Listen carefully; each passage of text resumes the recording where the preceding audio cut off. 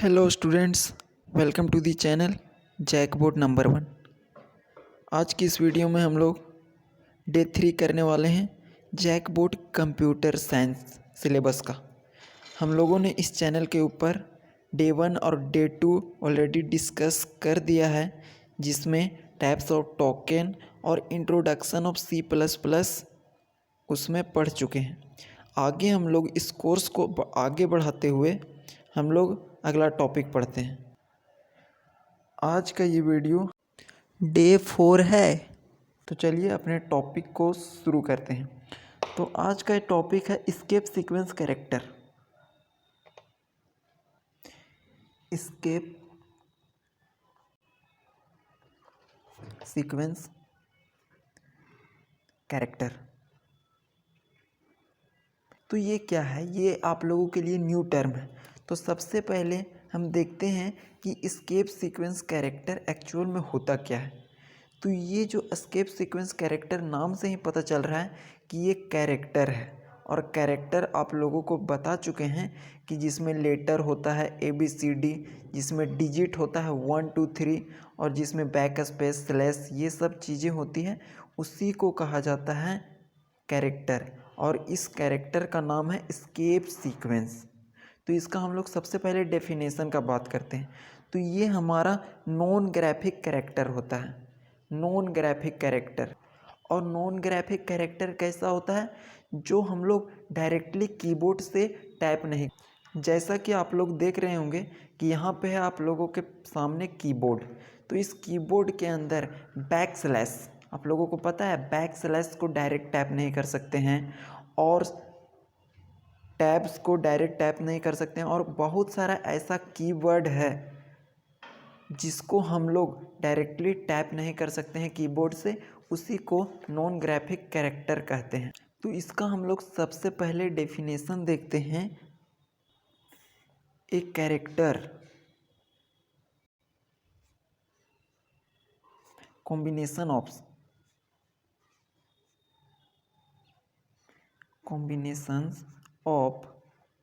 ए back slash आप लोग जरूर सुने होंगे। और बैक स्लैश का जो सिंबल होता है ऐसे रिप्रेजेंट किया जाता है, ये ऐसा आप लोग सिंबल देखे होंगे, इसको कहा जाता है बैक स्लैश। ये आप लोगों के लिए न्यू टर्म है बैक स्लैश, या बहुत सारे स्टूडेंट्स को इसके बारे में जानकारी होगा। तो एक character combination of back slash followed by letter, followed by letter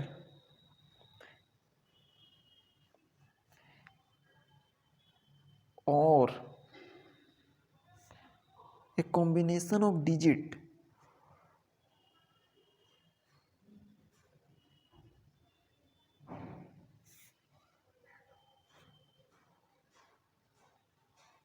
is called escape sequence character। Sequence character, तो ये क्या बोला कि एक कैरेक्टर, एक ऐसा कैरेक्टर जो कॉम्बिनेशन होगा बैक स्लैश। तो कैरेक्टर के अंदर कॉम्बिनेशन ऑफ कैरेक्टर होगा इस एस्केप सीक्वेंस कैरेक्टर के अंदर, जिसमें किस चीज़ का कॉम्बिनेशन होगा? बैक स्लैश होगा, और साथ में उसके लेटर हो सकता है, और एक कॉम्बिनेशन ऑफ डिजिट हो सकता है। तो हम लोग इसका कुछ एग्जाम्पल देखते हैं, जैसे कि एग्जाम्पल इसमें हो जाएगा back slash,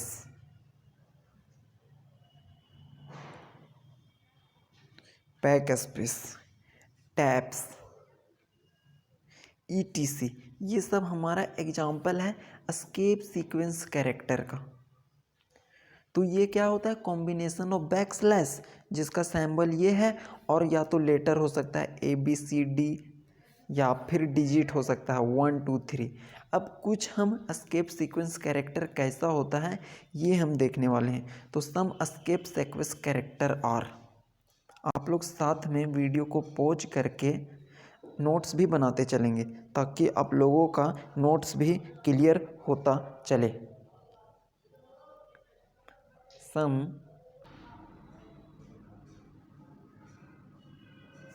escape sequence characters,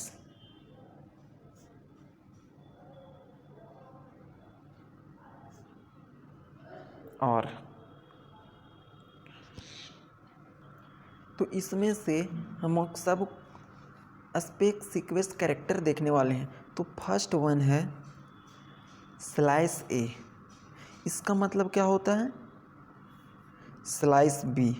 ये स्लाइस का मतलब वो बैक स्लैश। और इस प्रकार से अगर सैम्बल रहेगा तो हम इसको फॉरवर्ड स्लैश कहेंगे, लेकिन इस सैम्बल को हमको यूज नहीं करा है। तो बैक स्लैश ए, इसका मतलब ये हुआ ऑडिबल बेल। ये 1 नंबर का क्वेश्चन में पूछता है आप लोगों के एग्जामिनेशन में। तो audible bell that is alert. तो ऑडिबल बेल जो अलार्म बनता है उसी को हम कहते हैं। स्लैश बी का मतलब बैक स्लैश। और तीसरा हम लोग देखते हैं थर्ड वन स्लाइस एन। ये भी बहुत ज़्यादा इम्पोर्टेंट है, इसको बार बार एग्जाम्पल में पूछता है। न्यू लाइन, स्लाइस एन किसके लिए स्टैंड होता है? New line. और पूछ देगा कि न्यू लाइन किस कैरेक्टर के द्वारा रिप्रेजेंट किया जाएगा, और ऑप्शन में दे देगा slash n, slash b, slash a. तो आप लोग इसको लिख लेंगे आसानी के साथ। फोर्थ देखते हैं स्लैश टी, स्लाइस भी। तो स्लाइस भी stands for vertical tab, slash T stands for horizontal tab. बहुत आसान है। अब इसको सिर्फ एक बार रिवाइज कर लेना है। नाइस। जैसे some escape sequence character are, सबसे पहला देखेंगे slash a, slash b, slash n, slash t, कुछ होता है स्लैश एर आर, जो उसका मतलब होता है कैरेज।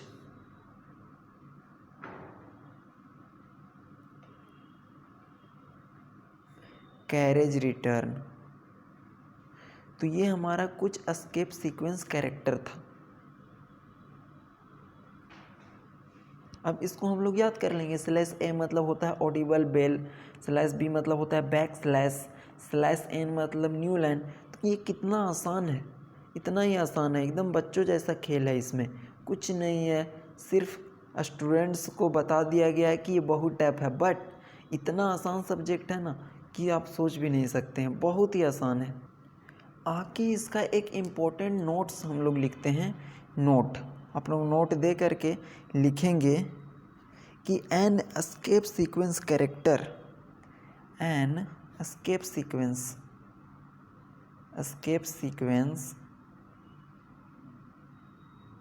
कैरेक्टर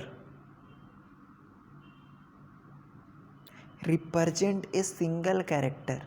ये बहुत ज़्यादा इम्पोर्टेंट है। सिंगल कैरेक्टर, ये हम लोगों का सिंगल कैरेक्टर को रिप्रेजेंट करता है। नोटिस करने वाला चीज़ है यहाँ पे कि पूछेगा कि इस कैरेक्टर के अंदर कितना कैरेक्टर है, तो कुछ लोग बोल देगा कि ये एक और दो। तो नहीं, इसमें सिर्फ एक कैरेक्टर आता है। तो इसीलिए इसमें लिखा गया कि ये दोनों मिला करके एक कैरेक्टर, ये दोनों मिला करके एक कैरेक्टर, क्योंकि ये एस्केप सीक्वेंस कैरेक्टर कॉम्बिनेशन होता है किसका? लेटर डिजिट का और बैक स्लैश का।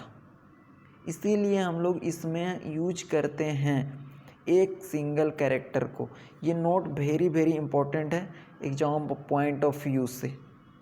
तो इसको आप लोग याद कर लेंगे, अपने माइंड के अंदर फिक्स कर लेंगे। तो आज का वीडियो यहीं पे एंड करते हैं।